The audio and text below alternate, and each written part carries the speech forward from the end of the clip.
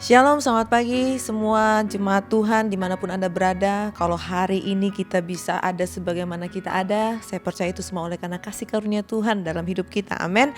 Dan sebelum Anda beraktivitas di pagi hari ini, kita akan mendengar words from heaven atau firman yang berasal dari surga, dari Tuhan untuk kita bisa renungkan sepanjang hari ini.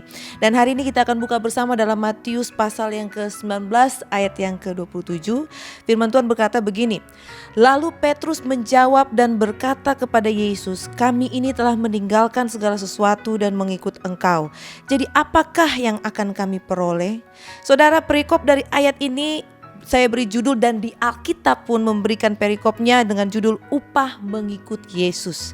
Kata upah, saudara, dalam kamus bahasa Indonesia berarti balasan dari jasa atau tenaga yang dikeluarkan untuk mengerjakan sesuatu. Itu berarti Anda bekerja pada seseorang yang lebih tinggi. Itu kalau bicara upah. Nah, di hari-hari ini saudara, kekristenan sedang diperhadapkan pada dua masalah atau dua masalah utama, saudara. Yang pertama tentang ajaran filsafat mengenai materialisme, saudara, yaitu ajaran yang mengukur segala sesuatu itu berkat Tuhan, itu diukur dari bagaimana besarnya materi atau uang yang Anda miliki atau kesuksesan yang Anda terima. Nah, kita melihat bahwa orang-orang sekarang ini makin jeli melihat kesempatan oleh karena filsafat ini, saudara. Mereka makin jeli melihat kesempatan untuk membuat segala sesuatu itu untuk bisa jadikan upah, termasuk pelayanan, saudara. Segala sesuatu dijadikan harus menghasilkan, saudara. Karena apa? Teori ini, saudara, mengenai materialisme. Yang kedua, adanya paradigma yang salah dalam mengikut Tuhan.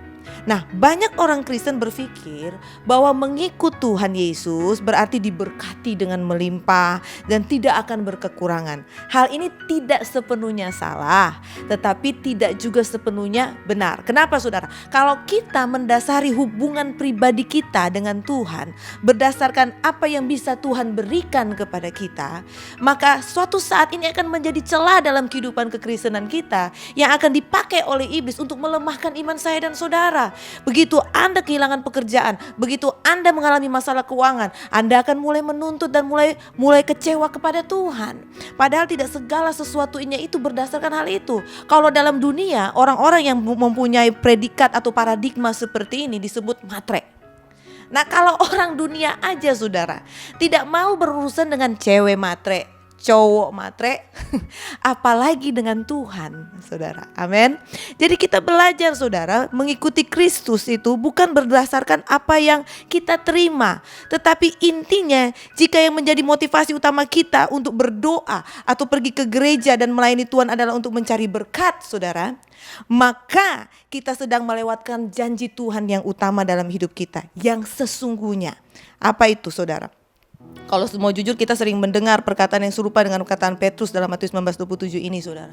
Kita cenderung menghitung untung rugi dalam pelayanan kita, yang apa yang sudah kita lakukan pada Tuhan. Dan Petrus pun sudah demikian. Ia sudah meninggalkan rumahnya, ladangnya, kapalnya, dan mungkin keluarganya juga ia tinggalkan. Tapi Petrus bertanya pada Yesus, Tuhan, apa yang kita peroleh? Saudara, Yesus menjawab Petrus dengan Matius 19:28, jawaban yang luar biasa. Aku berkata kepadamu, sesungguhnya pada waktu penciptaan kembali, apabila anak manusia bersemayam di tahta kemuliaannya, kamu yang telah mengikut aku akan duduk juga di atas 12 tahta untuk menghakimi ke-12 suku Israel. Saudara, melalui jawaban Yesus ini sedang menegaskan bahwa mengikut Tuhan bukan soal apa yang kita dapat, melainkan soal pengembalian posisi kita pada hakikat penciptaan Tuhan untuk saya dan saudara, yaitu kita ini adalah anak, dan itu adalah upah Kristus dalam kehidupan saya dan saudara. Karena itu jika kita bekerja suatu perusahaan, kita menerima upah, tapi status kita hanya bawahan, saudara. Tapi mengikuti Yesus, kita mendapat kembali posisi atau status kita sebagai anak untuk memerintah bersama dengan Dia. Itu sebabnya hal utama yang menjadi upah mengikut Kristus adalah identitas asli kita di dalam Tuhan. Saudara-saudara, jika ada yang membutuhkan dukungan doa atas pergumulan yang sedang dihadapi, Anda bisa mengirimkan WA kepada nomor yang tertera di layar kaca Anda saat ini. Maka tim doa dan konseling dari GKRI Diaspora City Center akan segera menghubungi Anda, akan segera mendukung Anda dalam doa. Mari kita berdoa.